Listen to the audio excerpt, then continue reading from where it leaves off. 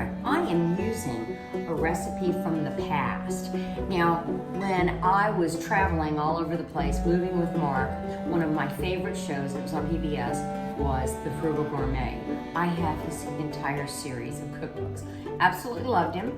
And I learned so much from him, along with Julia Child and many other chefs. So I don't consider myself a chef. I am a cook, even though I've done culinary school and learned from restaurateurs. I am not a chef, I'm a cook. And cooks, you know, I'm a home cook. And we just love it. We cook because we love it. And so today I am doing Jeff Smith's Thai chicken in red curry and coconut. Now, we're going to deviate a little bit because he does some things that I would not normally do.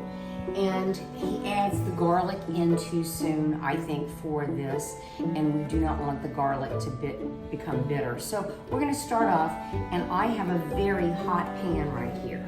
And I have 2 pounds, really almost 2.5 pounds worth of chicken. It's chicken breast.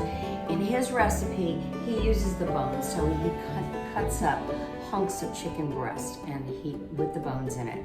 I don't want to bother with that. I'm going to just use the chicken breast. So what I'm going to do is I'm going to start off, and I'm going to use vegetable oil. He uses peanut oil. You could use sesame oil, but I'm just going to go with basic vegetable oil. And I'm using a non-stick pan because this is going to cook in here for a while. We're going to take this chicken and we are going to put it right in here. And what I want to do is brown this chicken. So I really fill this pan up, but I don't have a large one, so we're going to have to go with that. So meanwhile, back at the ranch, we've got a large, let's just say, Dutch oven. And I'm going to get that turned on here. And of course, there it goes. It's going to light it. So in that container, I am going to add Thai coconut milk. I am not using the low-fat coconut milk. You don't need to do that. Use the real full-fat coconut milk. Now, you're not using coconut cream. Coconut cream is different. So I'm using 1.5 cans of this coconut milk. Coconut cream, that's the stuff we use in pina coladas, although I would like a pina colada. I'm using 1.5, so here we go. And we put that right in there. So if you've ever lived in Asia, you go to the Asian stores, it's so funny because they sell coconut cream and coconut oil and everything. And it's very congealed. And we used to go, oh my gosh, this stuff is so thick. So back here, we are going to add 3 tablespoons of this. This is Maypoi curry, red curry paste. There's a green curry paste and there's a red curry paste. This stuff really has a kick. We are going to add 2 tablespoons directly into this coconut milk here. It lasts forever. It is very spicy. So we're going to add 2.5 tablespoons. In one of my other recipes that I use it in, you brown the Maypoi, not brown it, but you release the aromas, and it just permeates the house. You're going crazy with it. So you make sure that you get this going to a simmer. So you might have to press down and, to get that Maypoi dissolved. We're going to add a little bit of salt. And I'm using sea salt here. There we go.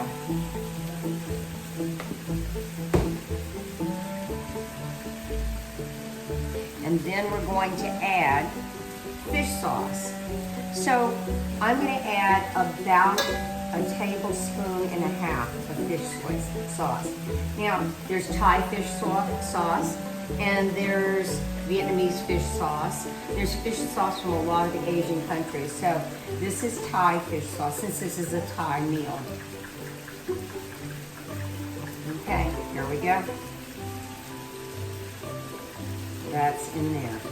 Now I'm going to taste this sauce here and just make sure that I've got enough of the red curry paste in there. There's enough red curry paste. You can taste it. The chicken will absorb some of that too, so it won't be so quite as intense. So we're just going to turn that fire down on there. There we go. All right, we're going to turn this chicken over.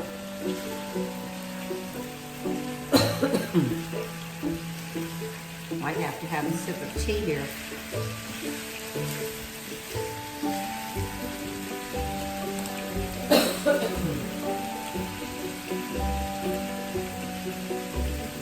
Okay, so I cut up some fresh garlic and I chopped it up. And remember what we always talk about. If you put the garlic in too soon, you'll get a bitter taste, and we don't want that bitter taste. Now, this might be good if you added some other vegetables and that type of thing. So, we're only going with the basics here today. Right over here, I have a whole yellow onion chopped and ready to go. And not chopped, rather, sorry, in rings. So you see that? Reminds me, this recipe sort of reminds me of an Indonesian dish that we used to cook. And it, in fact, before I am, and it had the rings of onions just like that. Okay, so we're going to turn the fire up a bit. And we are going to go ahead and add our garlic now.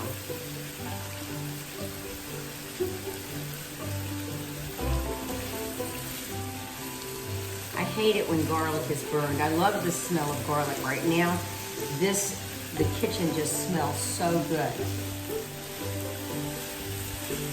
And we want to get this chicken, we want to get that brown on there to give it that extra layer of flavor. You know how we always talk about layers of flavor. We want that browning on that chicken.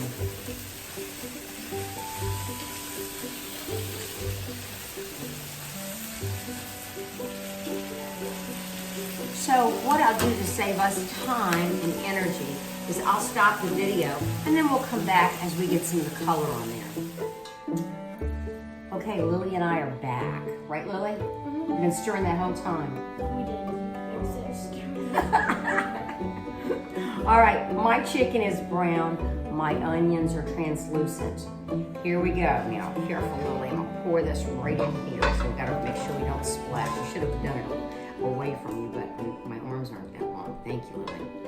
Okay, can you stir that up for me? Yep. I love having a helper in the kitchen. I truly love it. How's it looking? It's looking like I want to eat it, but I'll burn my tongue off. You're probably right. It's probably hot. Now we're going to take some cilantro. Let me turn this off here. We're going to take some cilantro. Really, cilantro and coriander are the same thing. Coriander really are the seeds. People in Asia call coriander cilantro, coriander. It's all the same. Anyway, we're going to take cilantro that I've chopped up. Now, if you go to the grocery store and you look at the grocery store, you're going to see something that looks like parsley. You need to smell it because cilantro, smell it, Lily. So it smells different from parsley, doesn't it? Way different. We're going to go ahead and put that right in there. And we are pretty much almost done with this. Lily's going to stir it up really good. And then we are going to put the lid on it and let it simmer for about 20 minutes. Very, very low until the chicken becomes tender and absorbs that juice. So we will turn it off and we'll be back.